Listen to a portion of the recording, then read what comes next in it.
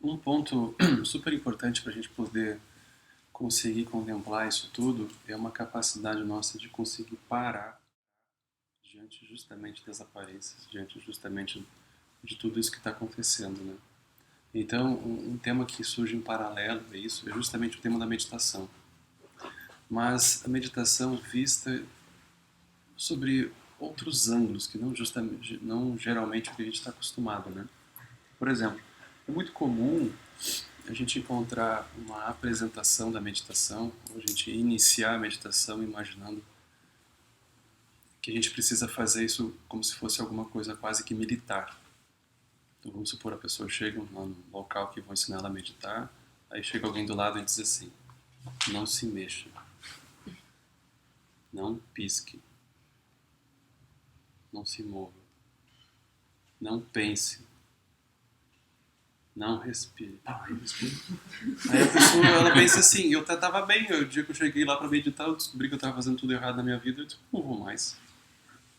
Então é muito comum a gente chegar por algo que nos enquadre assim, né, de maneira quase que violenta. E a gente parece que tem que obedecer, né? Então é muito comum a gente ser introduzido a uma noção militar da meditação, né, que está ligado a uma obediência, está ligado a uma, como se fosse uma militarização do corpo, né, e dos aspectos internos. Só que o que acaba acontecendo é que a gente vai tensionando. Por quê? Porque a pessoa não quer respirar, a pessoa não quer meditar, a pessoa não quer se mexer, ela não quer piscar, ela começa a ficar nervosa. E se eu mexer? E se eu piscar? E se alguma coisa? Ela começa a contrair tudo, né? E aquilo com o tempo pode ser que vire uma panela de pressão, né? Então é super comum isso acontecer, né? Então a gente deveria olhar de uma abordagem muito mais aberta a isso, né? Então os tibetanos, eles geralmente apresentam a meditação como uma prática de familiarização. Ou seja, não diz respeito a você obedecer alguma coisa, não diz respeito a você se contrair de um certo jeito, mas diz respeito a você conseguir olhar melhor o que já está acontecendo. Então, dentro disso vai surgir também a noção do cultivo, né? O silêncio como uma prática de cultivo. Agora, essa noção da familiarização, ela está ligada, entre outras coisas, a pessoa perceber que a, a prática do silêncio é como se fosse uma plataforma de observação. Tipo assim, aqui no deserto do Atacama tem uma, né? Eles têm lá super telescópios em que eles veem os astros e eles veem tudo, né?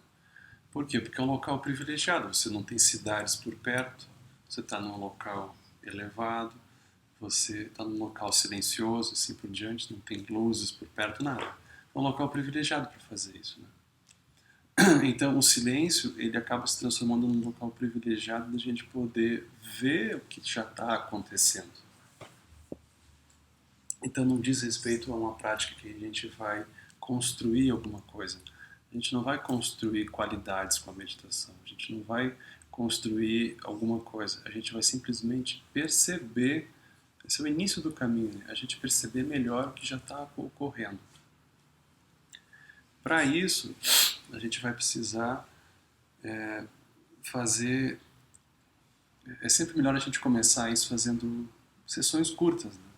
Então, se a gente for começar já fazendo coisas longas, é muito fácil a gente se sentir desestimulado ou sentir que deu um passo maior que a perna, né?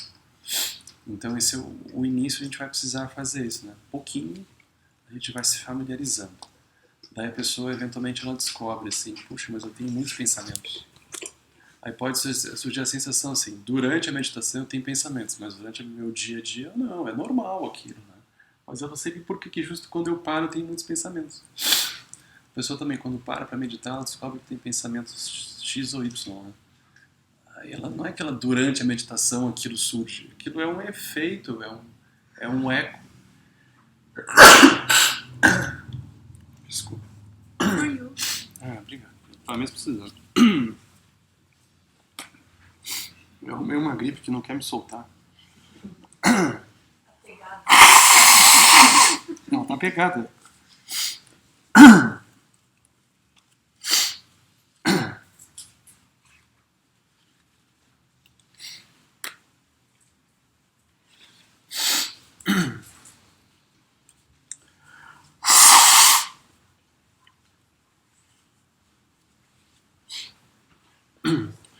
pessoa para, ela vai descobrir exatamente o que já vem acontecendo com ela. Isso é muito interessante. Por exemplo, é muito comum a pessoa, quando entra em retiro, através dessa abordagem, passa um tempo, a pessoa começa a descobrir que a vida dela gira ao redor de 2 ou 3 coisas. Já ela está lá o dia inteiro, lá por dias e semanas, ela descobre que ela só consegue pensar em 3 coisas. A pessoa pensa em sexo, a pessoa pensa em comida, e ela pensa ou em alguém que ficou do lado de fora, ou ela pensa no trabalho que ficou faltando fazer, alguma outra coisa assim. Tipo assim, 1, 2, 3. Daí a pessoa fica lá, 1, 2, 3. 1, 2, 3. Então ela fica 1, 2, 1, 2, 1, 2, 1, 2, 2, 3, 2, 3. Ela passa, vai passando os dias, ela vai se dando conta, né? É muito gozado isso. Porque o que acontece? A pessoa diminui a responsividade aos estímulos e às sensações de urgências, aquilo que já vinha acontecendo naturalmente simplesmente se revela. Como é que a pessoa está construindo alguma coisa, né? Então ela vai começar a lidar com isso. Ou seja, não é que isso seja alguma coisa horrível, isso é simplesmente o que acontece, ponto. Aí a pessoa vai conseguir, a partir disso, gerar uma liberdade para ela poder ver outras coisas, senão ela só vai ficar vendo aquilo, aqueles filmezinhos rodando na mente dela, né? Sempre, tipo Sessão da Tarde, sempre volta e meia passa o mesmo, assim, né? Tu nunca sabe como é que tu troca de canal, né? A pessoa diz, não, mas eu quero ver outras coisas, que eu já vi, eu já cansei. Como é que eu vejo outras coisas? Então a pessoa vai precisar gerar um espaço para poder ver outras coisas, senão ela vai seguir vendo mais do mesmo. Então esse espaço é super importante, né? Então essa abordagem da familiarização, ela é melhor, porque ela nos introduz naturalmente a uma condição da gente simplesmente perceber as coisas do jeito que elas estão, sem precisar transformar as coisas em espirituais, entende? A gente não precisa transformar a nossa vida numa vida espiritual, a gente precisa olhar para as coisas. Simples. Então quando a gente olha, a gente vai conseguir perceber ela surgindo por dentro dos nossos olhos também. Daí pessoas descobrem, né? Puxa, eu estou aqui nesse ambiente, eu não tá um ambiente silencioso, eu não estou tendo nenhum estímulo, isso tudo está vindo da onde? A pessoa descobre aquilo vindo de dentro, né? Então ela descobre que não é que aquilo é culpa do outro, ela descobre que sem o outro ou com o outro aquilo brota, entende? Não necessariamente a gente precisa do outro para sentir alguma coisa, aquilo vem. Então, como é que a gente lida, né? Então o silêncio ele se transforma nesse caminho, que é um caminho assim, há a infinidade de coisas que apenas surgem e que eu não tenho o menor controle. A gente não tem como controlar o que vai surgir. Por exemplo, se a gente for sonhar hoje à noite, a gente vai deitar a cabeça no travesseiro e vai dormir. A gente não tem como prever o que a gente vai sonhar. A gente não tem como prever as emoções que a gente vai manifestar no encontro com as circunstâncias. Agora, a gente pode aprender a lidar. Então, o caminho do silêncio é essa visão, ou seja, tem as coisas que surgem e que simplesmente surgem, mas eu posso aprender a lidar com aquilo. Então, a primeira instrução dentro dessa visão diz respeito a gente ser convidado a repousar no estado natural, numa condição mais natural. Ou seja, como que a gente pode sentar com o nosso corpo e aquilo a gente encontrar uma dimensão de relaxamento ali por dentro. O relaxamento é a base do caminho. Na nossa cultura é super importante a gente ouvir isso, porque é muito fácil a gente abordar essa noção do relaxamento como se fosse algo quase pejorativo, né? A gente quer xingar alguém, diz que o fulano é relaxado. A gente não tem uma relação muito saudável com essa noção de relaxamento, né? Então a gente vai precisar olhar isso de outros ângulos, né? Ou seja, como que a gente pode se aproximar de uma dimensão que a gente fique mais relaxado, mais aberto, e que isso também, por outro lado, não necessariamente nos leve a um torpor, não nos leve a uma sonolência, que é o que geralmente acontece, né?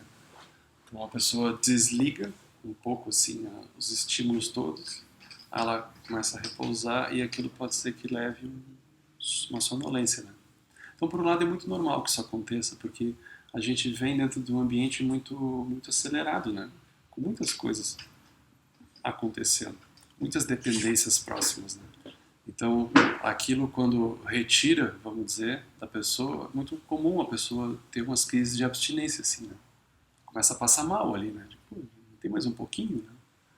Então isso é como se fosse um desmame, né? Que a pessoa vai sofrer no início, né? Ou seja, ela vai ser desafiada a fazer a energia dela surgir de dentro, sem precisar que aquilo surja porque tal e tal circunstância tão favoráveis a mim, então eu consigo beber daquilo. E se aquilo não tá, eu me deprimo. A pessoa vai ser desafiada pela primeira vez a energia dela surgir de dentro, ela conseguir manter aquilo. Agora, a conexão disso com essa noção de relaxamento vem do fato de que a gente vai se perceber como carregando muitas coisas desnecessárias. É mais ou menos assim, é como se todo o nosso corpo, e mesmo o nosso corpo sutil, ele fosse cheio de velcros, assim. E a gente tem um monte de coisa grudada nele. Então a gente vai ser convidado a parar e a repousar numa condição um pouco mais natural. Ou seja, a gente para e solta. E vai soltando. Mas que esse soltar seja justamente soltar o que é desnecessário.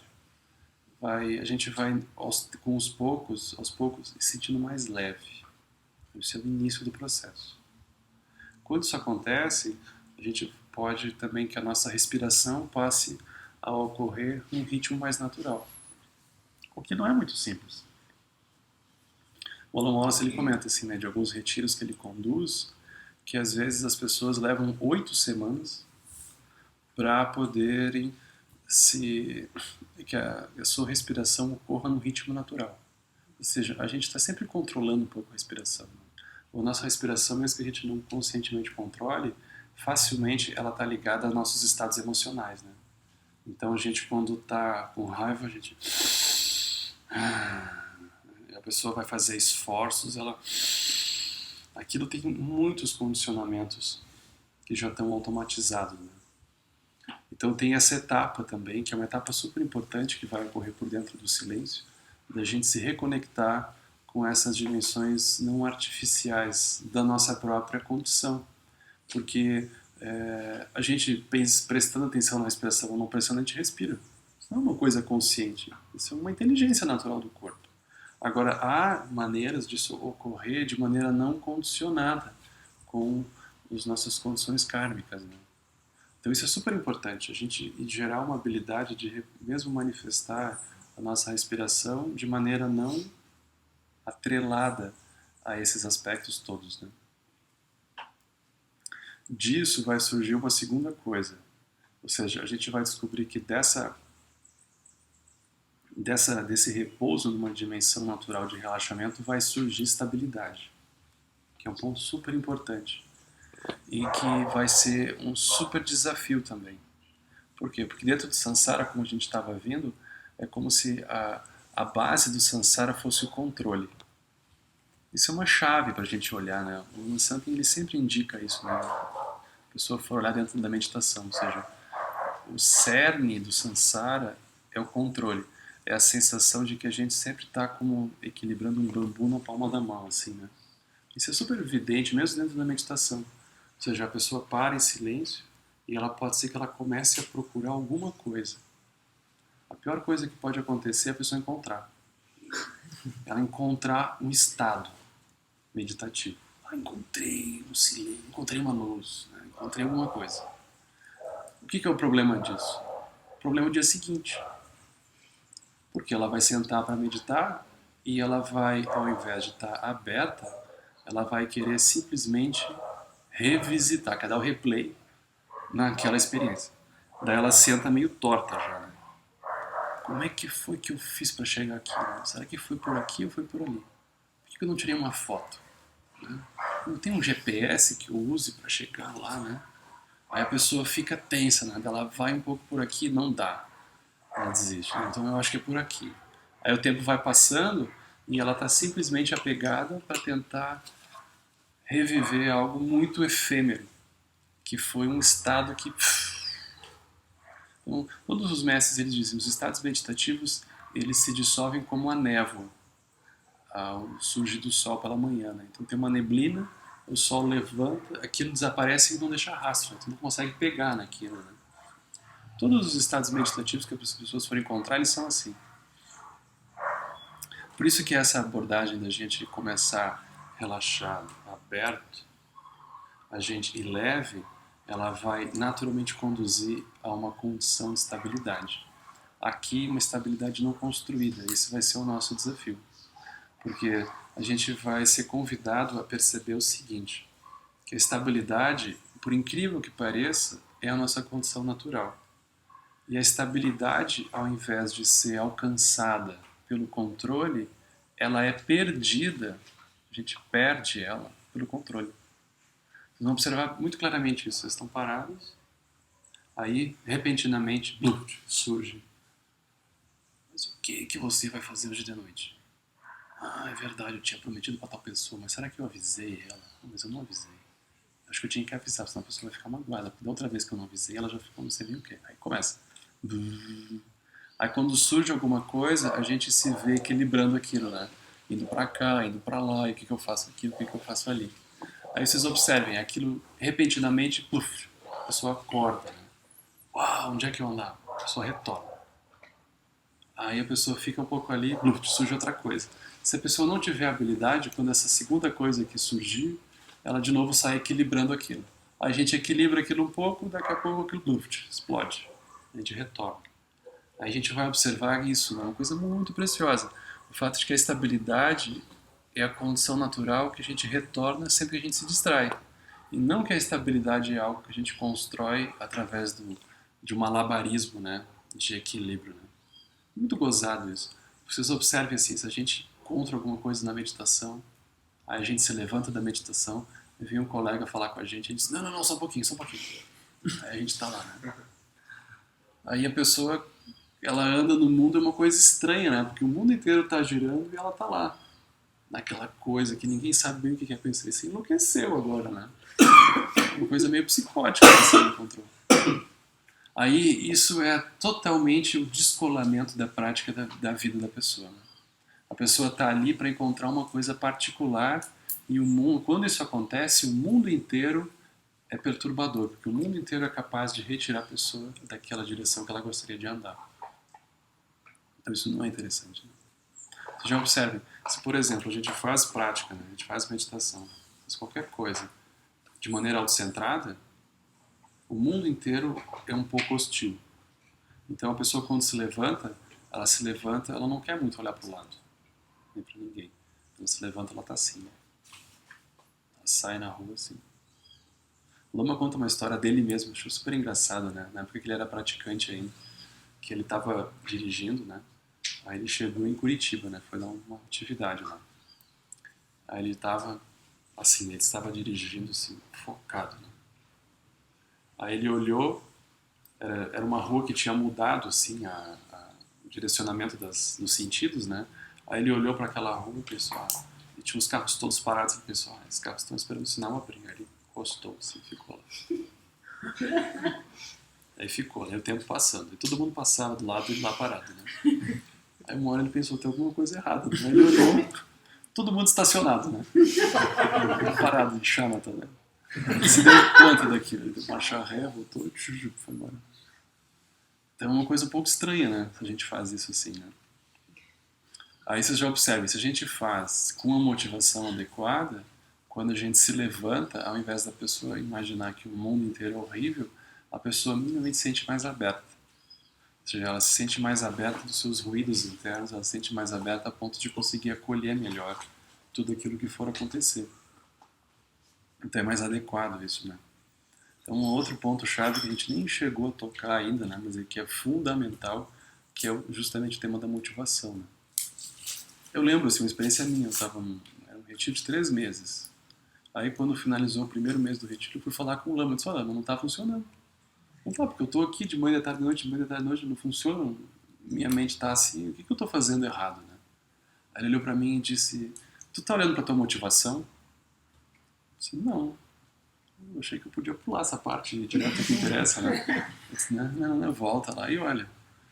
Aí eu voltei, aí fiquei olhando naquilo, aí tudo andou. Por quê? Porque a pessoa sai da sensação que ela está dentro de uma guerra, ou de que ela está dentro de uma missão que cabe a ela desvendar os mistérios do mundo, como se aquilo fosse uma vitória de alguém, entende? Quando a pessoa se abre para uma dimensão mais ampla, em que ela está entendendo aquilo dentro de um contexto de compaixão, ela vai se sentir naturalmente aberta e naturalmente apoiada para fazer as coisas. Aí tudo flui. Motivação resolve mais de 80% das nossas questões, se resolvem simplesmente com a gente purificando o tema da motivação. O mestre do Lama, o Chagdo Rinpoche, ele era muito enfático nisso. Então tem várias histórias do pessoal contando que, independente de qual fosse o tema do retiro que ele fosse dar, metade do tempo do retiro ele dedicava a explicar a motivação, a outra metade do retiro é o tema que tinham divulgado. Então, independente se fosse sobre tara verde, tara branca, tara vermelha, sobre não sei bem o que, é sempre a mesma coisa. Ele sentava lá, falava da vida humana preciosa, falava da motivação, não sei o que. Aí no fim ele falava do que realmente importava, aparentemente, né? Aí o que aconteceu? Uma vez teve um aluno do Rinpoche que foi dizer isso para ele, né? Ele estava dirigindo o carro, levando o Rinpoche para o local que o Rinpoche ia dar o retiro. Ele disse, Rinpoche, a gente já entendeu. O senhor já falou motivação, a gente já está careca. Será que dessa vez o senhor poderia, enfim, dar o tema do retiro, que é o que importa mesmo? Aí o Rinpoche não falou nada, né? Quieto. Óbvio, né? Aí ele chegou lá no local do retiro, sentou e disse assim, bom, eu venho já há um tempo já falando sobre esse tema da motivação, né, que enfim é o ponto principal do caminho, mas me parece que algumas pessoas não estão entendendo, porque elas vêm para mim e dizem que já entenderam. O fato simplesmente delas chegar e dizer que elas entenderam, que elas não precisam mais, é que elas não entenderam. Então eu vou agora falar um pouco mais sobre esse tema. Falou, querido. Sem pressa. É super importante. Porque a motivação, ela vai delinear todo o resto, entende? Ou seja, se a pessoa ela faz aquilo de maneira autocentrada, ela nunca avança mais do que um tanto. Não tem como. A motivação é que vai nos fazer não só ter energia, mas que vai oferecer a possibilidade da gente se abrir para conseguir ultrapassar os obstáculos. Porque se a gente pensar que a gente precisa de força própria, a gente não tem força própria sozinho para ultrapassar isso tudo. Então a gente vai precisar desse apoio. Esse apoio surge justamente dessa motivação, da gente se sentir apoiado por uma dimensão mais ampla que está avançando. Né? Então o Buda, quando ele completa as 4 novas verdades, ele vai falar da motivação. O primeiro ponto no Nobre Caminho Óptimo. Se vocês olharem com cuidado, a meditação em silêncio é a 10ª etapa do caminho que o Buda vai ensinar. Veja que coisa curiosa. Né? Ele não começa ensinando pelo silêncio, ele começa mostrando para as pessoas como que elas podem estar imersas nas suas bolhas das suas vidas, como que estando imersas nas bolhas das suas vidas elas não vão chegar a lugar nenhum, como que isso é construído assim por diante. Aí vem o primeiro passo do Nobre Caminho Óptimo, que é a motivação. Ele vai falar extensamente sobre motivação. O fato da pessoa entender a transitoriedade das coisas, entender que a situação dos seres é tipo... É um pouco chocante isso, mas a nossa situação ela sempre é um pouco como o pessoal 5 minutos antes do tsunami chegar. Todo mundo super ocupado, com um monte de urgências e coisas para fazer, com uma série de certezas da vida e planos e uma série de coisas, e a onda vindo, né? Aí a onda chega uma hora, né? Tá, vai chegar. Tá certo, a gente fica rezando para que ela chegar quando tiver 100 anos de idade, né? Quem sabe lá, né? Pode ser que venham ondas menores, que já nos façam ter outras coisas, né? Então, motivação é isso, né? Vai elucidar esse ponto. Quando a pessoa contempla a motivação, na sequência o Buda vai falar do quê? Ele vai falar do aspecto de moralidade, ele vai falar do aspecto da importância da ética no meio às coisas. Que é crucial. Porque se vocês olharem, aquilo que nos retira do silêncio é justamente relações nossas que ficaram mal resolvidas. É sempre assim. Eu brinco com as pessoas, porque às vezes as pessoas entram em retiro e elas, depois de um tempo, elas têm a sensação de que a mente delas se transformou como que num gramado, com a grama verde bem curtinha, assim, aquela coisa de se perder de vista, né?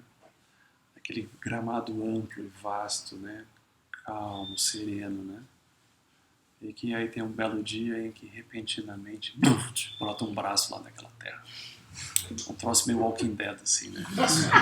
Todo mundo que ela tinha enterrado começa a sair pra fora e andar, e começa a assombrar a pessoa.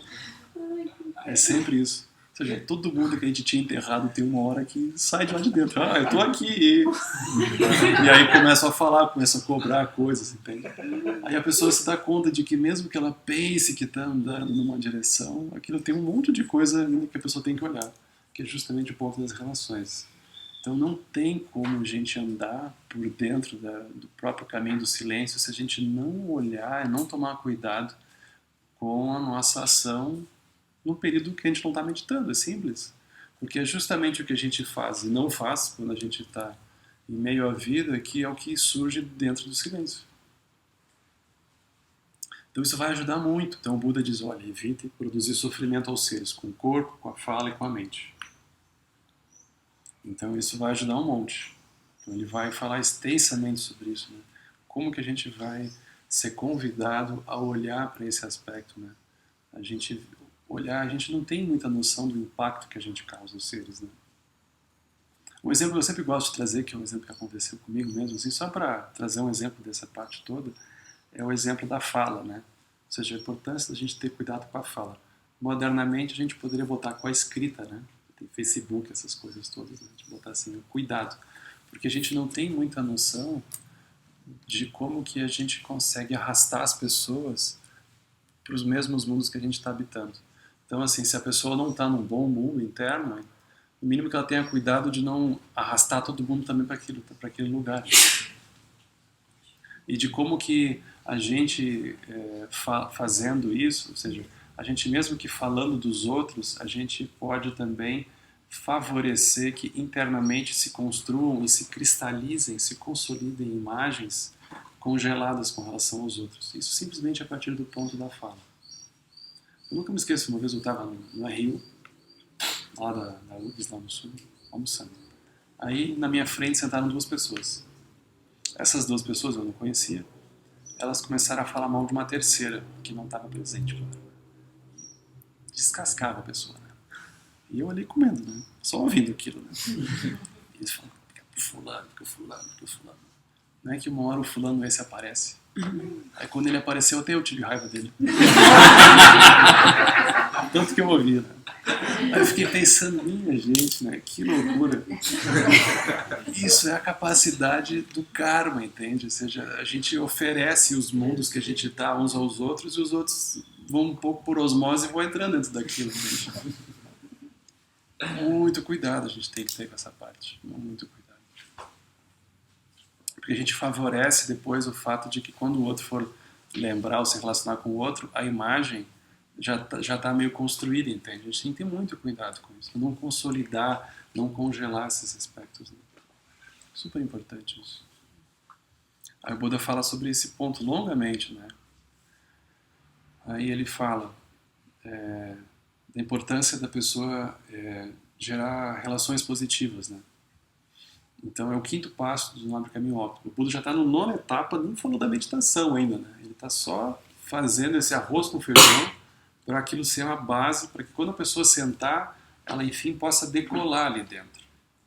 Agora, não é que seja uma pré-condição, assim, bom, então quer dizer que eu tenho que fazer tudo isso para depois meditar? Não. A gente faz tudo junto. A gente, na verdade, até começa pelo silêncio.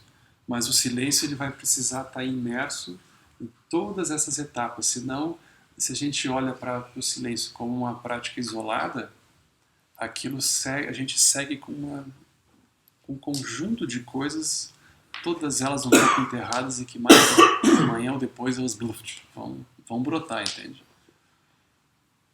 Vai ser um troço tipo Incidente Antares, né?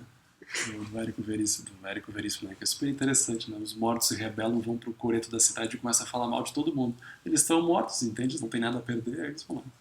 Então a gente também, a gente tem nossas regiões internas e elas vão aparecer, entende?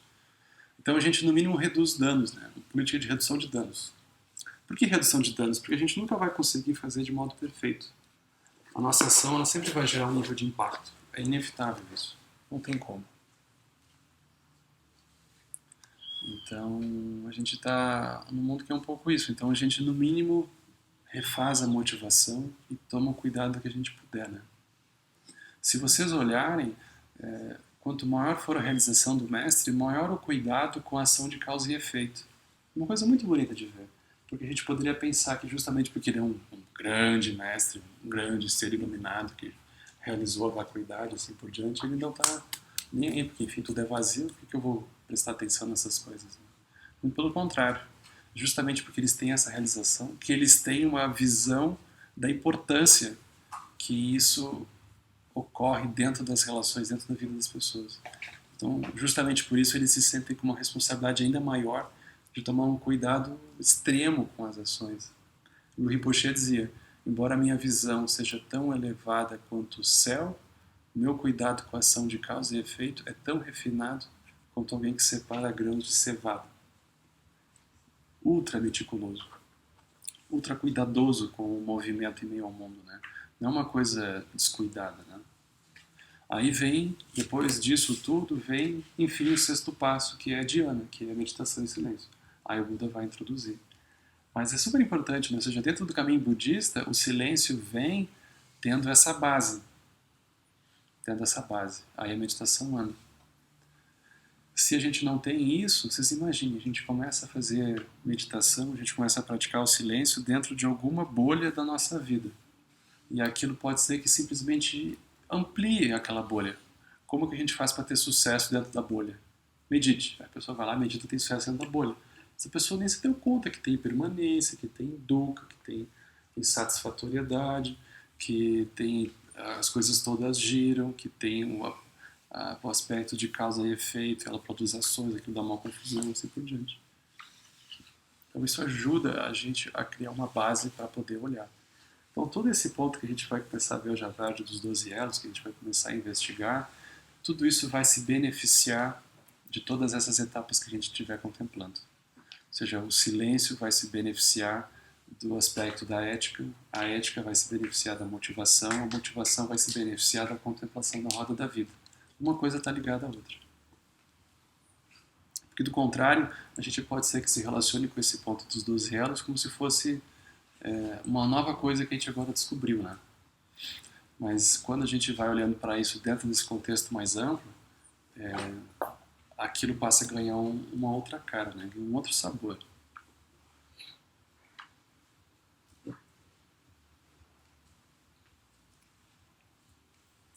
Bom, já são 10 meio-dia. O tempo voou. Então a gente tem um tempinho ainda para... Quem quiser fazer alguma pergunta, né? A gente tem tempo para conversar ainda, né? Pra gente finalizar essa parte.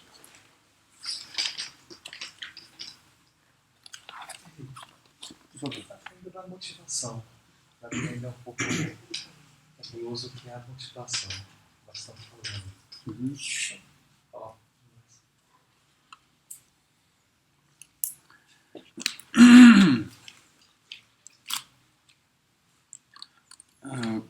É muito usado no budismo tibetano, especialmente na linhagem Nyingma, a imagem de Guru Rinpoche, né? Ele surge nascendo do lótus, né? Tem uma imagem dele aqui, né? O Guru Rinpoche, se vocês olharem, na verdade, todos os Budas, eles são representados como sentados em cima de uma flor de lótus.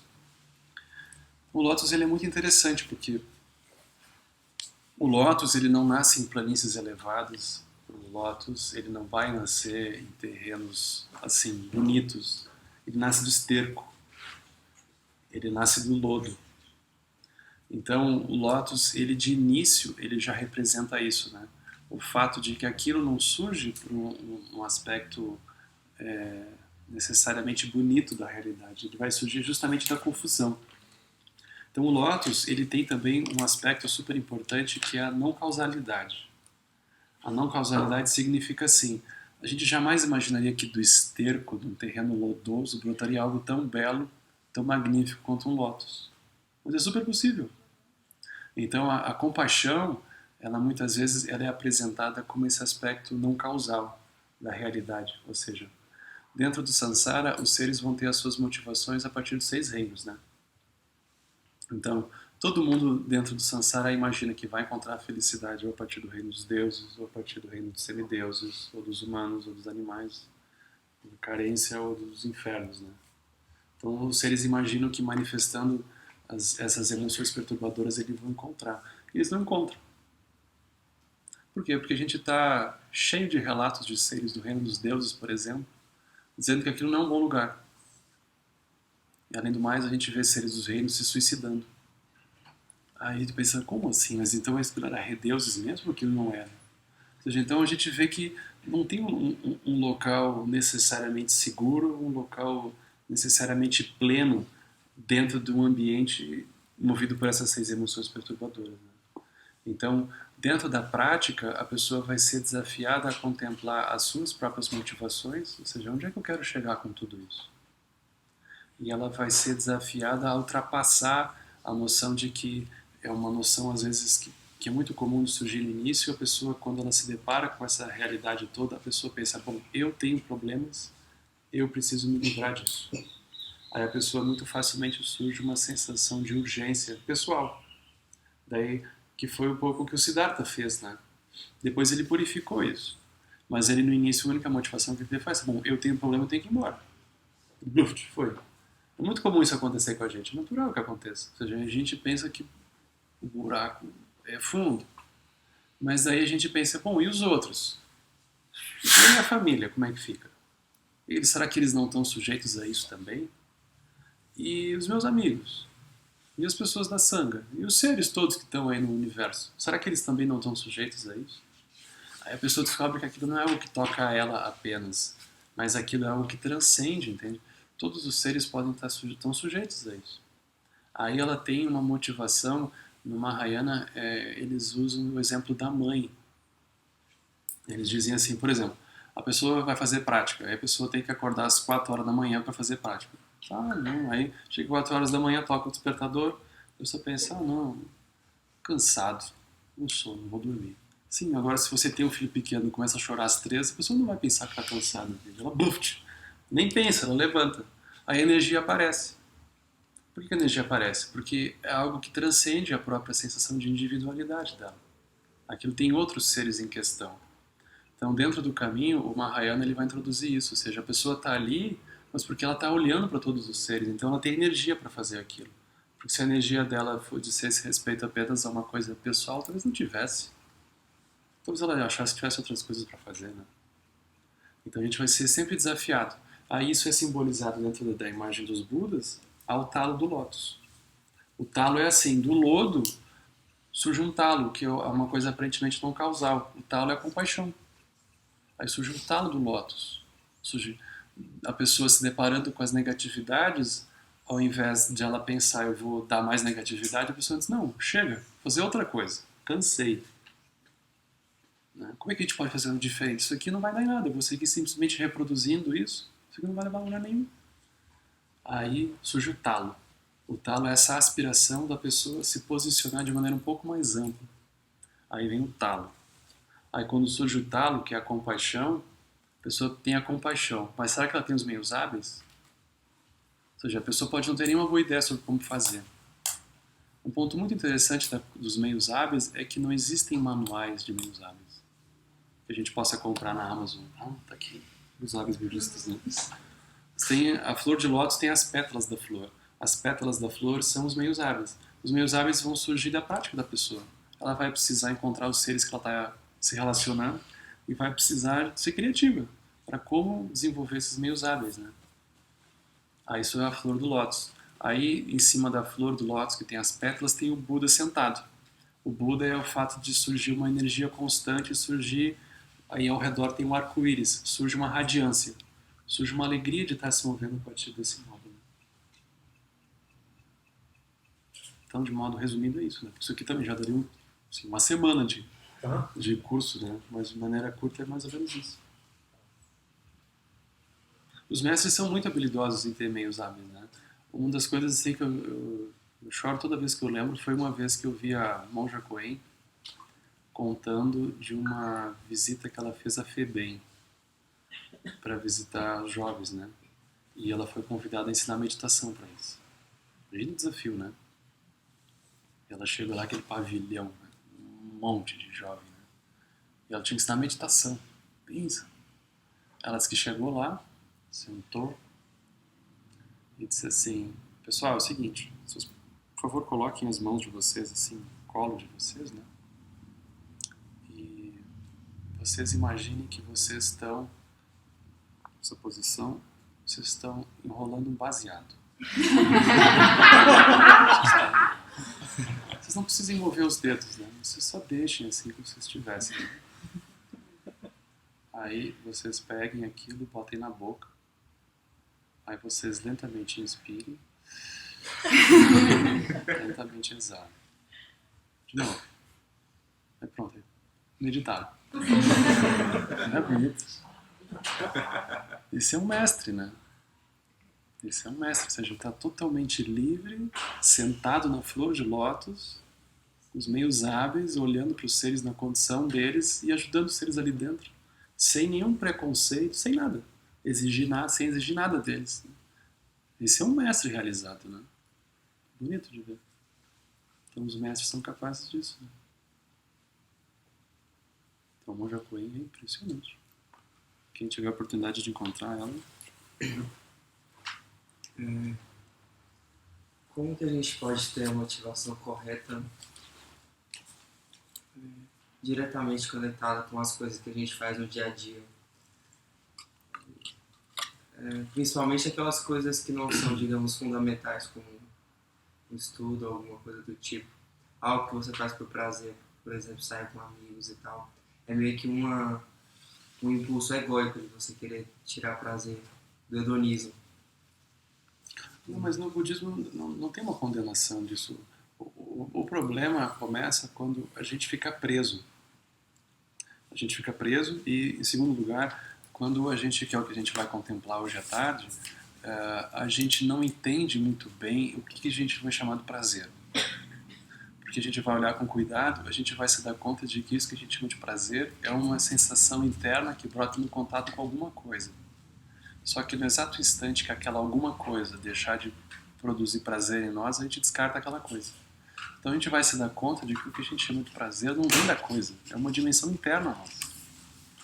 Porque se viesse da coisa mesmo, teria que sempre surgir dela. Mas depois não surge.